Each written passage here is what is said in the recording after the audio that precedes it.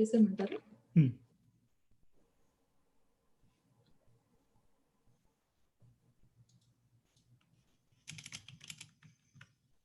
1 minute ఉందండి. So just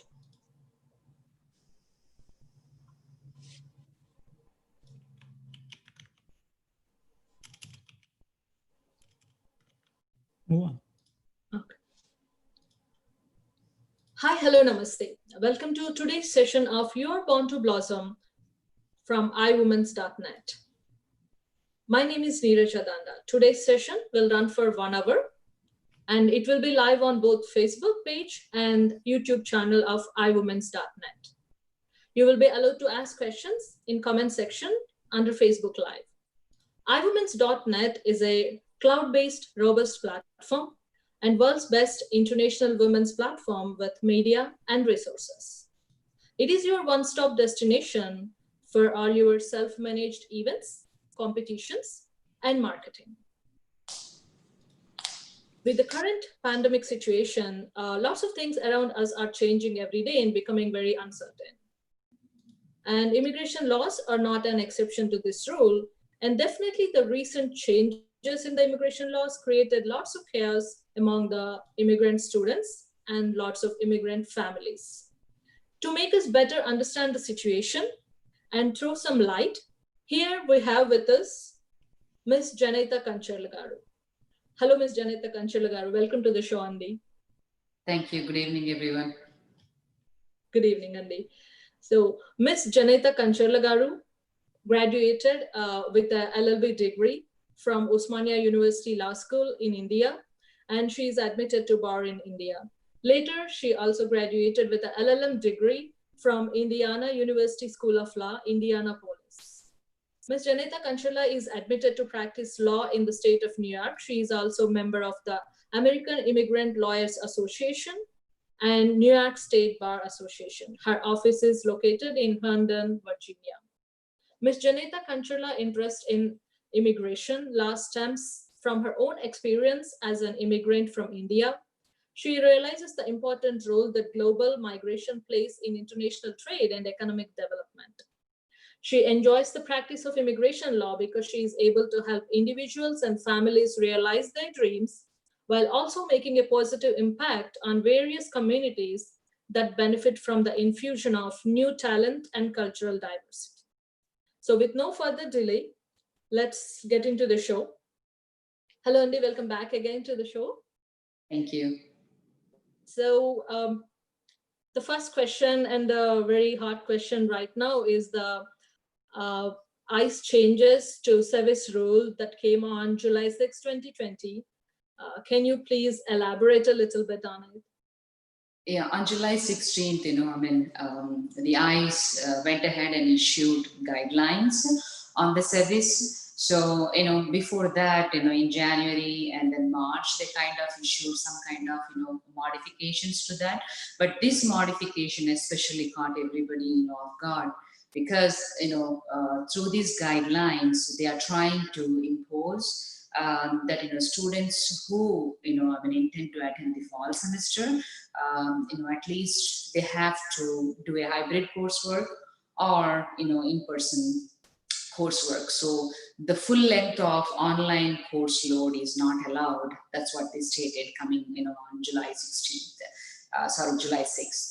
So when we look into, in March, they kind of issued one of the temporary modifications saying that, when the pandemic is going on, universities and all the schools around the, United States are, keeping in mind, especially this pandemic, closing down and then trying to conduct, virtually most of the schools and colleges. They kind of made those, changes applicable at that point of time. But this administration went ahead, one step forward on July 6th, stating that, the same flexibility, what actually they gave in the spring and summer semesters, where they could, attend complete full course load online, that will no longer be available for the fall semester. So this notification or the guidance, came when it's just when they are a week shy away from starting the fall semester.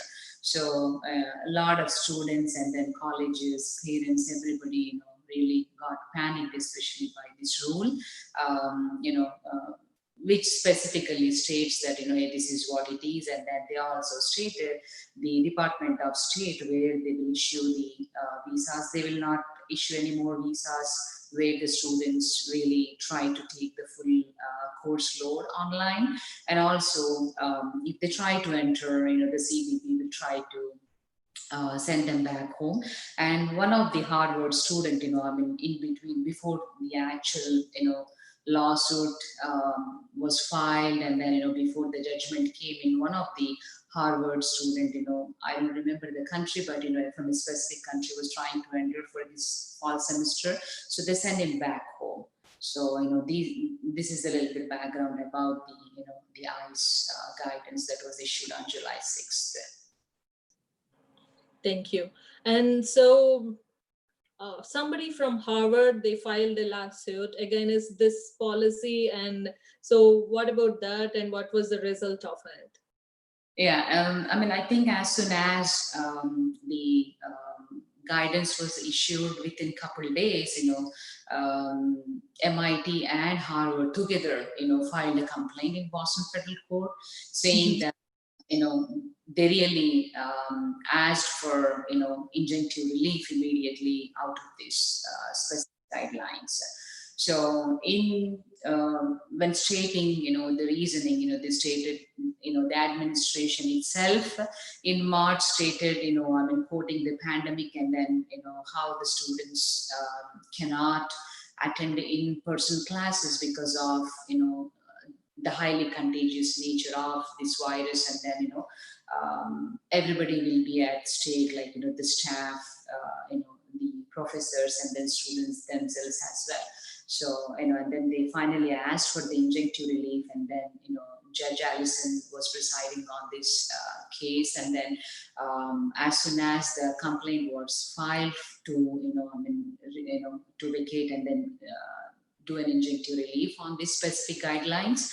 So, government put forward their, and then, the representatives put forward their arguments. But I think before even issuing the judgment, judge received a call saying that yes, they are going to fully withdraw the guidelines that they issued on July 6th. So, which is really very good news for students, universities as a whole, and then even for the parents as well, because for that fact, a lot of students who are supposed to come from outside the United States, got stuck there, and then they were like very undecided whether really to come for the fall semester because of these guidelines. I think after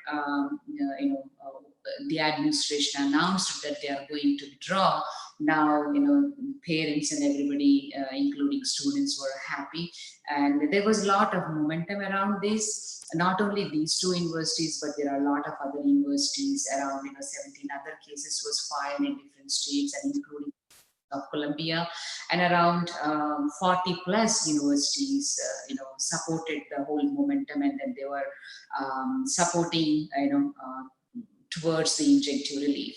So I guess keeping that in mind, and then how they tried to implement it just weeks before the fall semester. So I think that made them how a lot of universities are coming together against this rule. So at least a positive outcome came along, which really provided a big relief for everybody. That's a great news for a lot of families and students and the parents panicking back home in India also. So is there a chance that like they would go back again and like repeat the same thing for the next semester, or it's settled down for like always? We don't know yet, but definitely, if they are trying to do that, I mean, it all depends upon how the second wave hits us, or how the situation is, especially with virus. I mean, if the pandemic remains the same and it doesn't allow, I mean, if you still have to do that kind of social distancing, and then do even the universities for that fact have to adjust at some point of time. But right now, as there is no vaccine, everybody is really worried about about the health of professors, students, and then once they come back home, and then even for the parents, it's very riskier at this point of time. I believe right now, out of the judgment, again they ruled it back to March 13th. A rule stating that yes, the students can take full length of online course load. That's very great. So not just the students, but some recent immigration laws created a lot of tension among lots of immigrant families regarding the coming back to US who are like outside the United States. All those proclamations that came out in April. So what's your opinion on about that? Yeah, I mean, when we go back and then see, there are, around April 22nd, they issued, the first proclamation, which became effective on 23rd of April, stating that, certain, certain categories are exempted through this proclamation. And then as that proclamation went into effect, they kind of, really didn't want to allow somebody into the country. So the first proclamation go ahead and states that certain categories of the proclamation, where the green card holders are exempted, and then the spouses of the U.S. citizens, and the children of the U.S. citizens, and of course, for the fact those who are coming into the country to work in the healthcare professions, them and then their spouses are also exempted out of this proclamation, and several other categories like members of armed forces, and then the interpreters from Iraq and Afghanistan. After that, that proclamation, when it really took effect, it has a language saying that it's kind of open-ended. After that was only there for 60 days, and after it says after the 60 days, if the administration wishes to, and with the inputs from several secretaries like Department of Homeland Security, Department of Labor, and then Department of State, with their input, they kind of want to extend it. So the second proclamation, which really came on June 22nd, and then which was effective from 24th of June, kind of went further and stated that this second proclamation that was issued remains in place till end of this year, which is 31st of December 2020, which is a long time frame.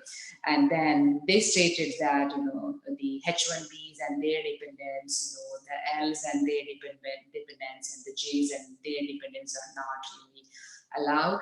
And then when we look into, kind of, it came, it was in the news that, hey, this is what is going to happen. But, unless and until you really have it from, a source, and then, you really will not rely into.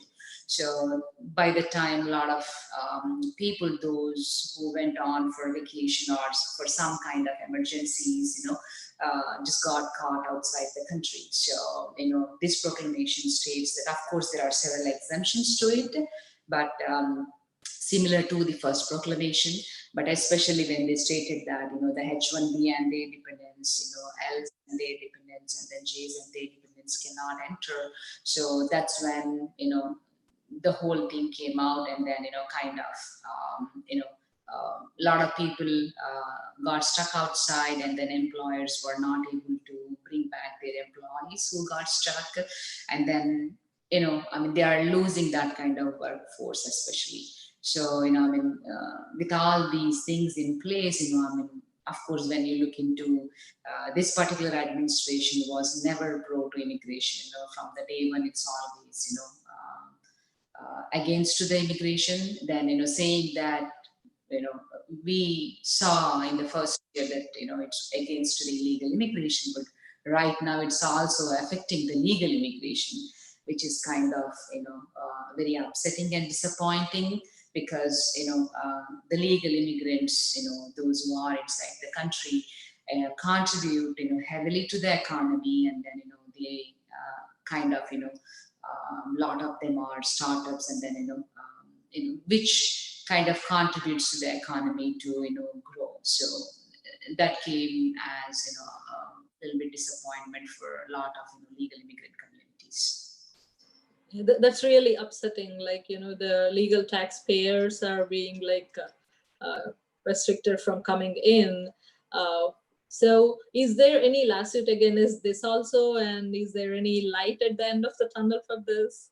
Oh yes, definitely. So for AILA, along with the Justice Action Center and then the Innovative Law Lab, and along with one of the law firms, pro bono support, they filed a lawsuit challenging both the proclamations, like which was I mean, in its entirety, both, like, was issued on April 22nd and June 22nd. So it's, I mean, it's too early to talk on that one because, the lawsuit was just filed a couple of days ago. So, and then they kind of, there are other individuals and the employers who joined this lawsuit as well. And as per, the White House itself, when they kind of issued the proclamation, they said that if the proclamations, both of them remains in effect, around 525,000 people, will be barred entering into the United States, which is a very big number. And then when we look into, I mean, the experts estimated around at least, 20,000 employers, were prevented to bring their employees, from, outside the United States for whatsoever reason. They got stuck outside, like, the multinational companies and all. So with this lawsuit, challenging in its entirety both the proclamations, hopefully it will be, I mean, similar to the other ones, it will be a positive outcome, but we just have to wait and see how it goes. So I'm very positive about it. There will be definitely a relief. That's good to hear. Like, I was about to ask you, like, how much is it like in favor of us? The result would be like, what do you think about? But you said you're positive. That's nice. So yeah, I mean, not just the families, but the employers also at loss, like when they are being not here and not working. That's true, because since, I mean, April, once the first proclamation was issued, and again, and after 60 days, the second one came into, I think, the legal community is really weighing in how they would like to go ahead and all, especially with the second proclamation where, the skilled workforce who remained outside the country were not able to enter, so and not able to contribute their skill set towards the economy. And then I think that's when the legal community weighed in and then challenged it in its entirety. So which is a good news, but at least we just have to wait and see how the outcome would be. But much of the legal community is positive about this outcome. That's great. So what about the current immigration trends? Not just this, but because the USCIS is like doing the furloughs and there are some budget cuts. So how does it affect the visa processing or green card or EAD processing for immigrants? When we look into those, I mean, the furloughing of the USCIS employees doesn't really affect the issuance of the visas outside, because these two are two different jurisdictions. Like the Department of State, which actually issues the visas outside the United States, is a different jurisdiction than the USCIS, which is a body inside the United States. That jurisdiction is different. So when we look into, I think around May second week, the USCIS notified the Congress saying that they are seeking around 1.2 billion, in order to keep their workforce not furloughing. I think around 3/4 of their employees they are planning to furlough starting August 2nd, if the Congress doesn't approve, the $1.2 billion, the emergency fund towards the United States. To the matter of fact, one of the Democratic senator from Oregon, Senator Merkel, along with the other 14 senators, kind of, wanted, approve this funding, for the USCIS. But at the same time, they want to hold the USCIS accountable and responsible for the funds the way they are using. Usually whenever we hear in the news, when sometimes they say that, okay, the shutdown will happen, government shutdown will happen during that time frames, the Department of Labor gets affected, but USCIS is self-funded. So, they had a surplus amount of, money when the administration, took into, but nobody knows how the amount was spent, which ways. But of course, now putting all of these things, and when the USCIS requested that kind of amount, and at least White House should write some kind of response. But I think they just for I would say they just wrote a one-page letter, I believe, saying not really reiterating the importance of that. So that kind of shows how administration is against the kind of legal and both illegal immigration. So now it's still is in the process. The Congress didn't approve the funding yet.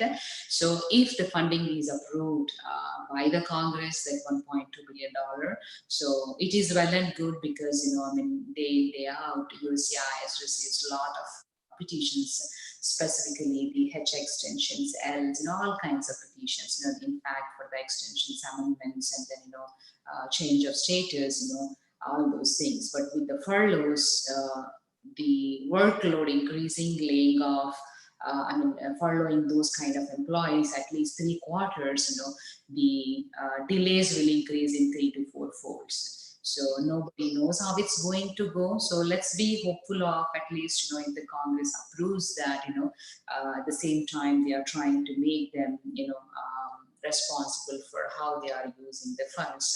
So if that happens, let's say if it is approved, that's well and good. But if not, we might see, long delays in adjudication of cases, especially, anything that is filed within the, like extensions, amendments, change of statuses. Let's say, for example, H1B extension along with H4 and EAD applications filed, and then, know inside how quick they are going to do.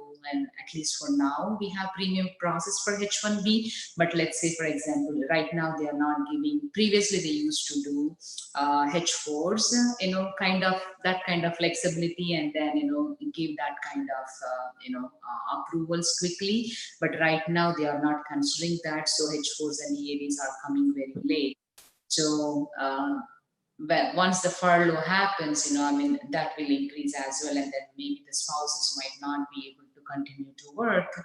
So we have to keep that bigger picture in mind. But let's be hopeful of at least, if the Congress approves, that keeps the USCIS running temporarily. Yeah, we have to really hope they should approve, because to look at like how many families will be at loss about this, like the furloughed employees at USCIS and the ones that going to stop working because of no extensions, that would be a very big number to imagine, I guess. That's true. And especially, with the pandemic, a lot of countries are kind of not allowing the international flights into the country. Let's take, for example, India, only with the Vande Bharat mission, they are allowing the limited flights. And then, a lot of parents, who try to, who came here to spend that kind of quality time with their grandchildren and children, just got stuck, and then now they are not able to leave. And for example, if they have to, extend, they have to really make that kind of decisions. And then, seeing those results coming in very late, the adjudications taking that kind of time, it's kind of, though you are paying the fee, to have those kind of adjudications, it's a long line ahead. So yeah, let's hope for everything positive. So, but that said, like, out of all this, there was something positive happened with the IT server lawsuit, like regarding the H1 processing or like H1 extensions. So what about that? Yeah, I mean, USCIS kind of made an agreement with the IT serve lawsuit, saying that, I mean, they challenged the employer-employee relationships, where most of the time USCIS would go ahead and then issue, RFEs right away for most of the cases that were filed, asking if their employee is placed at a third-party client location, how the employer will, have that kind of relationship. And then, not only employer-employee relationship, but, the right to control, how do you have it when the employee is working at a third-party client location? And also the client and the vendor letters as well. So right now, I mean, it's a good news for a lot of people. And also it challenged the time frame of the H-1Bs that are being issued. Some of the H-1Bs visa, I mean, in my 11 years of practice, I never saw, what we especially saw in 2019, cases are approved for 2 months, 3 months, and then 6 months, however, the validity dates of the PO. It's really a financial burden for the employer, to, file every 6 months. And then, I think that's the whole intention of the USCIS, but with this lawsuit, I think there's a big relief for a lot of employers. And then now, out of this settlement, we are seeing, at least more than 90% of the cases are being approved for 3 years. And then some new CAP cases that we filed, we are seeing straightforward approvals without any RFEs. That's a big news and good news for employers and the employees as well, because at least they would have that kind of peace of mind. Go ahead and then working for the employer for that entirety time frame. So. That's very good. So you think the RFEs number is coming down, or how is the trend of that now? That's what we are seeing, especially whatever is related to employer-employee relationship, right to control, and then asking for the client letters, especially they used to ask a lot of things like what are the job requirements for these specific positions, and then what are the job duties, are they falling under the specialty occupation? If so, provide us. In the form of the letter, client and vendor acknowledging the requirements for the position, and they need a bachelor's degree. And on top of that one, they would also ask to provide all the layered contracts between starting from end client till the employer. So, with this settlement in place, we are seeing a big relief. If you are not even putting out that end client letter and vendor letter, most of the times they are a little hesitant to provide those kind of letters, because some corporations have a policy in place not to really provide these kind of letters. So with this settlement in place, yes, definitely, those RFPs went down, which specifically targeted towards that employer-employee relationship, and then third party, and then those things. But we are also seeing right now the RFPs related to the specialty occupation, where they are challenging. Does the position requires a bachelor's degree? If so, what majors, and then those kind of, especially related to the requirements, and how the beneficiary is qualified to perform this particular project, like questioning the credentials of the employee, like how does he fit into this particular employment, how can he perform. Let's say if a person doesn't have a computer science background, but if he's working as a software engineer, and then if he has electronic background, how does he fit into this category? So we are seeing those RFPs on a little bit increasing. So this seems like a situation like they are giving it from one hand and then taking away, because there are less RFPs and there is more chance of approval of H1s, but there are no people in the office to actually process them. So let's see. So let me check the Facebook Live if we have a questions, but I already have some questions that were sent from our listeners. If we do not have any Facebook questions, I can ask them.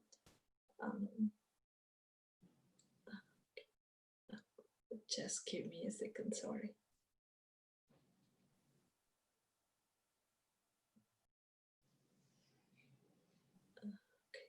Okay, let me ask this question. So somebody wrote, I'm on F1 and outside the country, planning to come in for the fall semester. Will I be affected with the guidance and the lawsuit?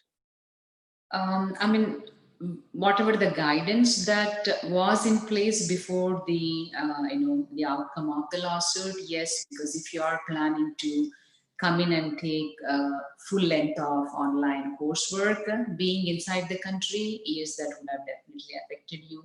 But with outcome of the the judgment, I mean, the the order that was issued, the injunctive relief that was issued by the court with the lawsuit of the MIT and the Harvard lawsuit, I think you should not be affected with it, because either being outside or inside the country, you should be able to still attend the full online course load.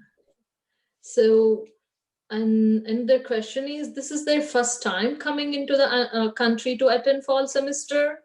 What would you advise? Is it better to stay back at home country and just take the online courses, or coming to the United States and then attend classes online? It really depends upon what you want to do, because for the fall semester, just coming in and then picking up those costs, like staying in the dorm, or renting an apartment, signing those leases, and kind of it all depends upon your flexibility. Like if you are willing to spend that kind of money, yes, you can definitely come back, because of course you can attend the full online course load, unless until your university is required to do some kind of hybrid. But right now there is no rule saying that hybrid and in-person classes are required. But it's an individual choice, I would say. If you are willing to, yes, you can. Otherwise, if you don't want to spend money on those lines, yes, you can stay back home and then definitely go ahead and then attend online from home country. So it would be a better idea staying back home and doing that. Okay. Well, choice, it's an individual choice where they want to come here or stay back. But I think they will be good, because given the pandemic going around, and then the home country situation like that, and then not really safe for the travel, if they keep all these things in mind, I think it's definitely, if it is me, I would choose staying back home and then attending at the comfort of the home. Totally agreed. So they have a question about the OPT. How will the rollback to March rule will affect the OPT?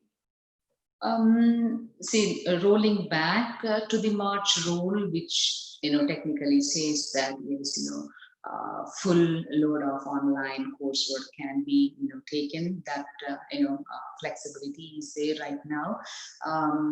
My advice would be definitely check with the DSO. Whether it will affect in any way. It shouldn't really, but you have to just have a word with your school DSO. Most of the time when students have that kind of conversations with anybody at the international office, or the staff, what they do, they just pick up the phone, call them, and then have that kind of response verbally. But I would definitely encourage students doing sending an email and having that kind of information in writing. So if something happens, at least you have something in writing from them as an evidence, saying this is what they advised.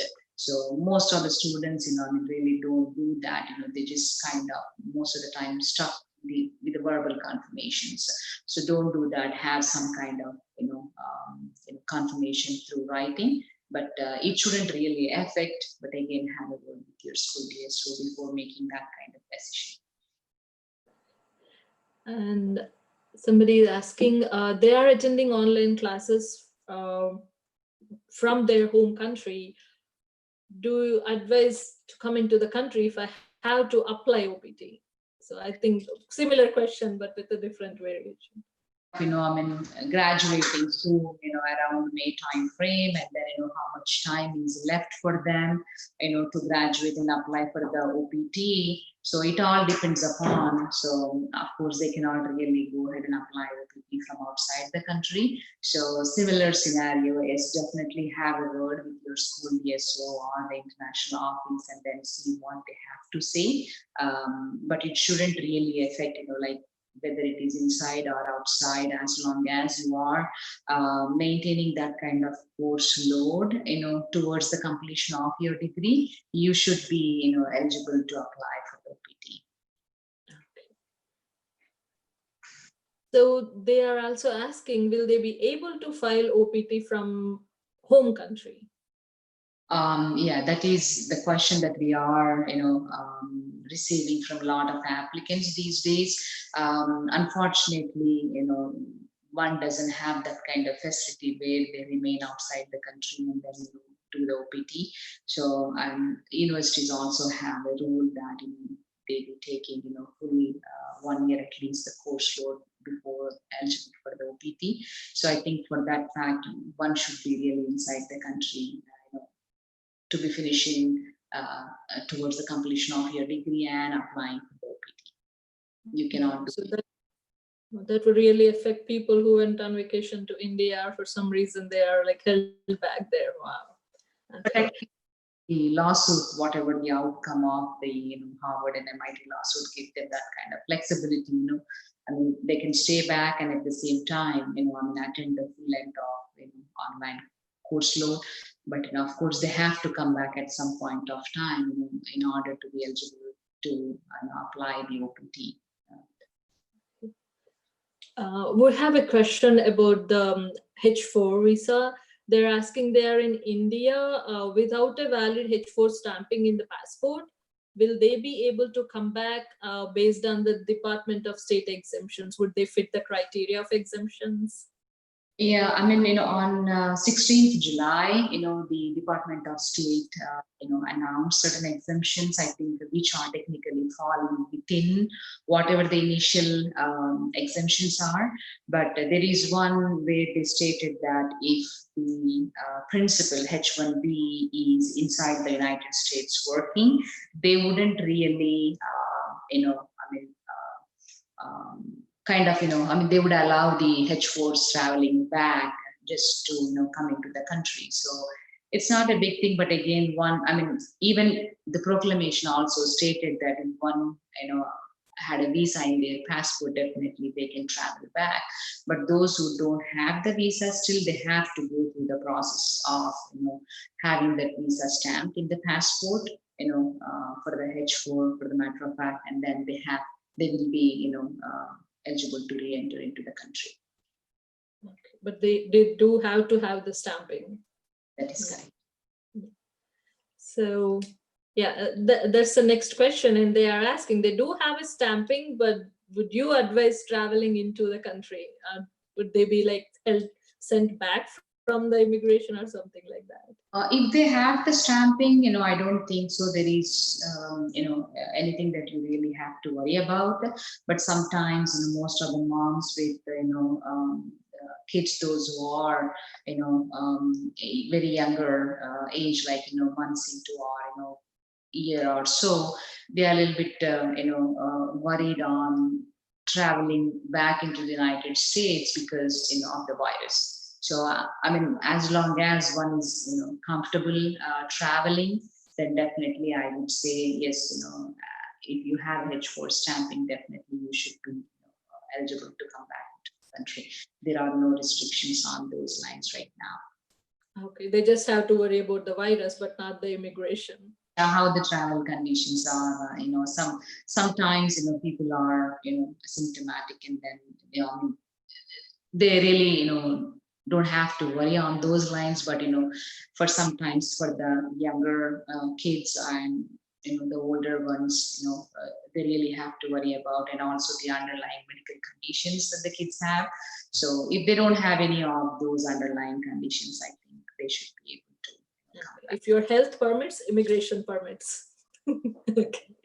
So we have one more. They're asking, they are out of country without a valid H4 stamping in the passport, but they do have a US citizen child, and her husband is in USA working on H1B.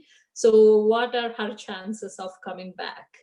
Yeah, having a child, U.S. Citizen child, and then without stamping. I mean, without stamping, you will not be able to enter to rejoin your spouse. Of course, you do need stamping to travel into the country.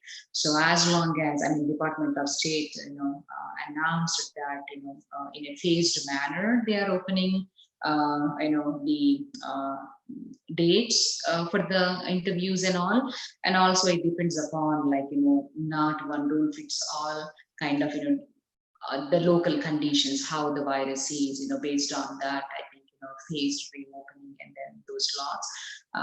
Yeah, I mean, I think you should look into the availability of, the dates availability for, the scheduling one for the, at the consulate.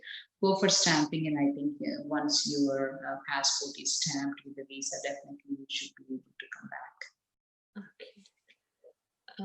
There are somebody who is in India with a valid H1B approval, but without stamping. Will I be able to continue working on the valid approval till its validity? Yeah, I mean, some of the people, those who left the country, like, maybe for the vacation or some kind of emergency situations, they got stuck. Of course, if you have the, validity on those lines, and don't need, I mean, I'm assuming that when they stated that they have an I-94 and then just left where they are still authorized to continue work, you should continue as long as your job is there. You should be able to continue working till the facial validity of that H1B. Definitely, you can do so. Okay. We have a live question from Sri Surabhi. She's asking, she got H1 RFE for specifically occupation. Recent lawsuit held positive. Is it better to do premium? I mean, I guess it's for a special patient. So, there are several things that they kind of ask into, again, the requirements for the position depends on the kind of position. If the position requires a certain background, like, a computer related knowledge, then definitely they kind of look into. So, maybe you have to work with your employer to see whether you can do an expert opinion if you don't have the related degree, and then coursework and then experience also can be counted towards it. I think, yes, I mean, if you are willing to, I mean, the employer is planning to do a premium, yes, premium is still an option that is available. I guess, as long as the requirements are met, you should be able to do that. So that's it. Like, it just reminds me that client letter, no more needed thing. Would they be going back on that, or it will stay like that forever? I think now, as based on the agreement, that's how it is, the settlement, that's how it is. But as I said in our initial conversation, so I mean, right now they are not going and touching those things at all after the settlement. Right now they are coming back with the specialty occupation RFPs, I mean, say, to meet that 4-prong test where a bachelor's degree should be there. There's a 4-prong test that they want to meet. So basically it all depends upon the kind of position that is available at the end client, and then what are the requirements especially, and then whether the employee, like the beneficiary who is performing those job duties does have those kind of whether he or she is meeting those requirements. That's what. So coming back to these questions from people in India. So they went to India for short vacation and had a plan to go back to work in USA, but their H1B expired. will the employer be able to extend their H1B with him being out of country? If so, can they do it in premium process? Premium process is still available right now, so as long as it is available, they can take advantage of that. Yeah, here, person being outside the country and then, employer still can go ahead and then, extend the H1B based on the, work availability for that specific employee. So as long as the position is there, the valid position, yes, they should be able to extend he being outside the country. It's like extension is being filed within the country first. But of course, as he is outside, so that will be done for the consular process. The next question is from a person who is outside the country as well. They're working on valid H1B and about to complete their 6 years on H1B. Their labor got approved. Can the employer file I-140 with them being outside the country? If so, can they do it on premium? Once their 140 gets approved, can the employer also file the H1B extension based on the approved I-140?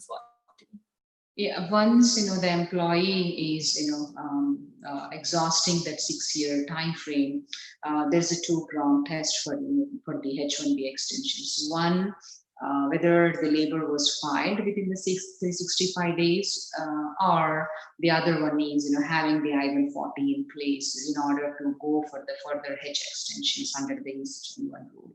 So as long as yes, if you are outside and then your employer is willing to file the I-140, yes, premium is available right now for I-140s. They should definitely, do that. So that way, as soon as the I-140 is approved, then they can go forward with the H1B extensions.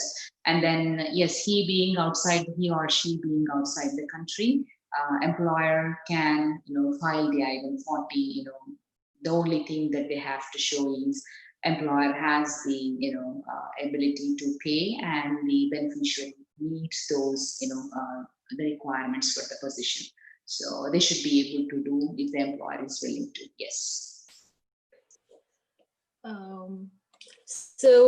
This is a question from Ravi. So they are outside the country and they got laid off. They will have 60 days to transfer to another employer. Do they have that facility?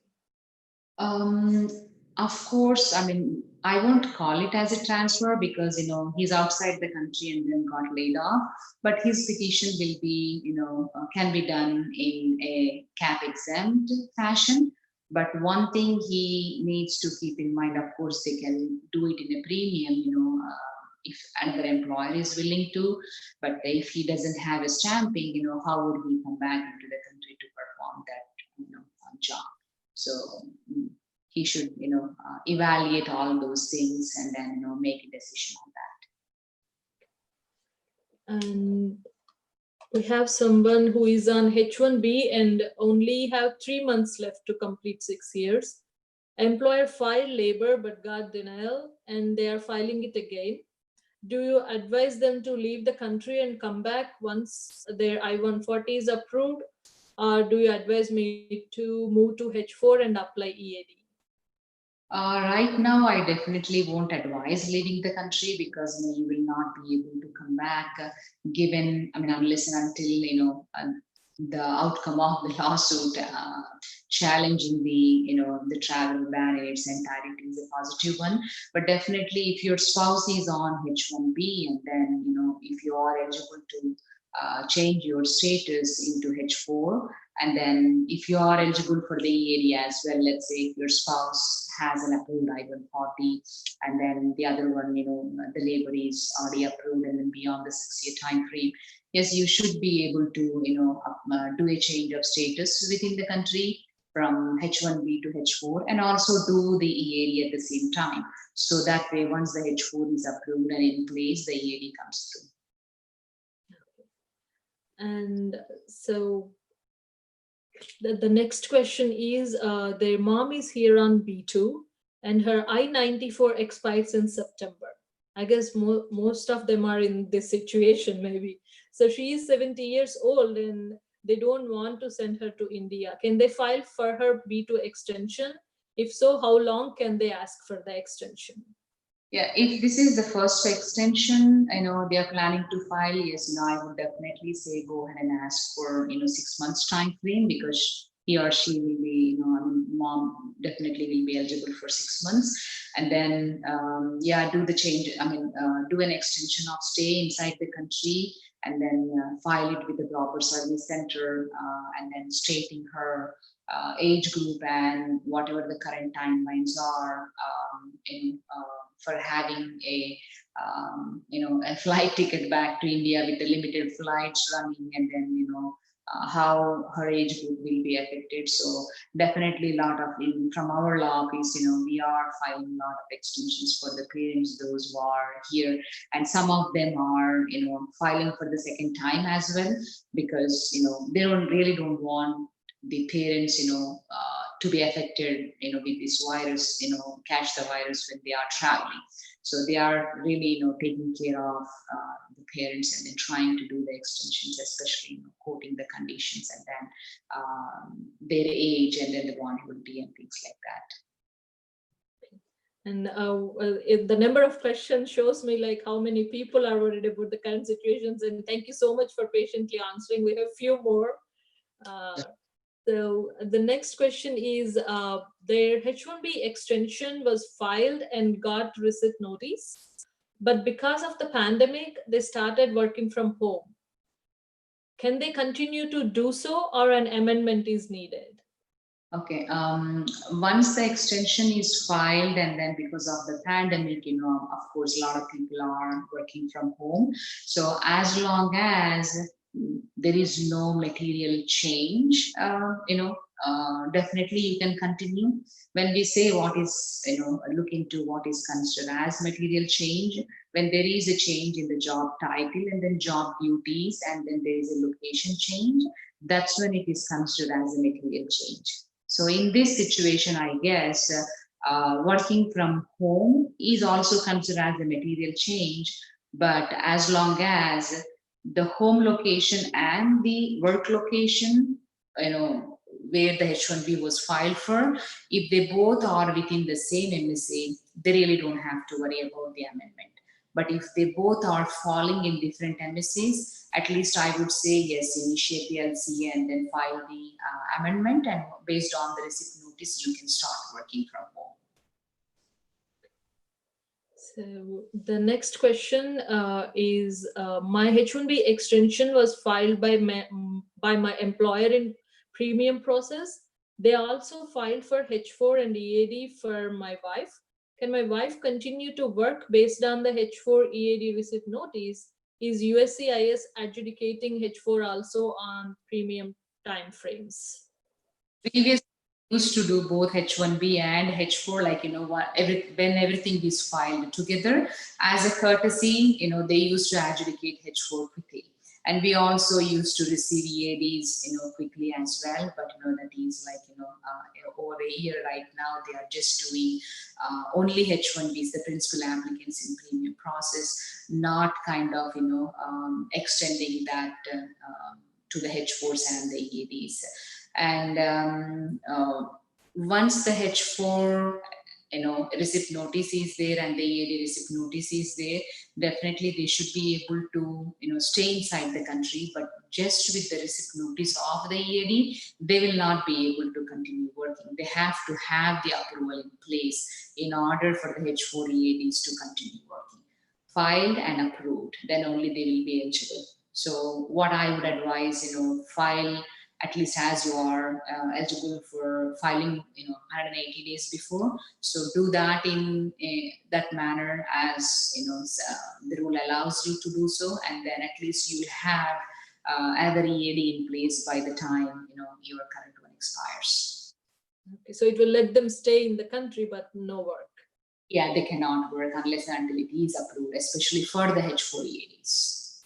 There are that are exempt from that one, like based on the 485 filing, and then especially for the students, as soon as they file the extension, just based on the EAD receipt notice, they will be able to work, but that same rule is not applicable here for the H4 EADs. So somebody, Pradeep Verma, is asking, they are inside the country on H1B, and their son is a US citizen who is 18 years old. Can he file immigrant petition for the father? 18-year-old cannot, I mean, if he or she is a United States citizen, they should be over 21-year-old to file, for the parents' green card. So over 21 years, definitely they can, but for 18, they cannot. I guess we have a couple more questions, and thank you again for your patience. The next question goes, me and my wife are Canadian citizens living and working in Canada. Both my daughters are US citizens. One is 14 and the other one is 21. Can they file green card for us? Yeah, I mean, the older daughter, as she's a 21-year-old, she should be able to file for both the parents. So, I mean, you can stay back in Canada and then do the process. And then once it is approved, then, come back into the United States. Yes, as the older one is over 21 years old, definitely she should be able to do that for the parents. The eligibility is there, at least, to file the paperwork for the parents. Next question is, they are currently inside the country on H1B, but because of their passport expiration date, they were given I-94 only till September 2020. How do they renew their I-94 with their new valid passport in hand? My first recommendation would be, assuming that you have the new passport in place, reach out to the local, CBP office, at the airport. So let them know that, this is what happened, and then, show them the old passport and the new passport. So you should be able to, get the extension done. So most likely, they should be able to do so within when you being within the country. So, but make sure that you do that before your current I-94 expires, because once the I-94 expires, again, it is a challenging to, go ahead and then get it done. So before your current one expires, go ahead and then do that at the local CBP office. Call them and let them know, make an appointment, and then, in some of the offices you can walk through as well. So make sure you do that before the current one expires, so that way everything is in place, and then you will not be, out of work. So with the current situation in the pandemic, depending on it's getting worse, or like if there will be a positive turn, do we need to worry about anything? Would there be any negative things coming regarding the immigration, or we can relax? I mean, we never know with this administration. So, I mean, they are not really pro. So even, right now they are, putting a lot of restrictions for the immigration as well. So make sure, I mean, you be inside the country, unless until it is really required, or, based on your emergency, just don't choose to, travel. So, be inside the country, and then that's what I would advise. Don't make unnecessary travels at all. And then, hopefully, if, the case that is challenging both the proclamations in its entirety, if it turns out to be positive, that will be a big win for all the immigrants, and then even the employers as well, those who are, creating those kind of jobs within the country. But yeah, I mean, this administration, doing something or the other every other week, so we don't know what they are going to do. But for now, I think, at least everything what they are doing is being challenged. If you see, I think a couple of weeks ago, Supreme Court ruled on DACA that it should stay in place with 5-4 ruling. So that's the good news for DACA recipients as well. That was created when the Obama administration was there, especially for those who came into the country, were brought by their parents, when they are young. That is there in place for now. So at least the Supreme Court ruled on that one, because they ruled, the process was not really followed. The administration didn't follow the process in, undoing that one. So most of the, with that ruling, even in fact the universities, the ICE guidance also was challenged based on one of that rule as well. I mean, if we go and look into, I don't see, a big change in from March till now, how the virus is, I mean, it's still highly contagious, I mean, that social distancing as per the CDC guidelines, you still need to follow all those guidelines as well. So when those guidelines are in place, and then, it's really sounds foolish sometimes how you are asking schools to be reopened and the colleges to be reopened, and then risking their health by attending the in-person classes. So but at least with this one it's a little bit relief, but we just have to wait and see with this administration what their next move would be. But of course, for whatever they are trying to bring in, and I mean, shake with all shake the Indian community with those kind of new things in place, everything is being challenged, so that is sometimes with the positive outcome of that one, that's a big blowout for that. And just like that 1 hour went out, but like I'm sure like many benefited from all the answers you gave and all the advices, and thank you so much for your time, Janita Garu, and we really appreciate it, and thank you for answering all the questions very patiently. You're always welcome, Neeraj, and thanks to the organization giving me that kind of opportunity. Thank you so much. Thank you so much.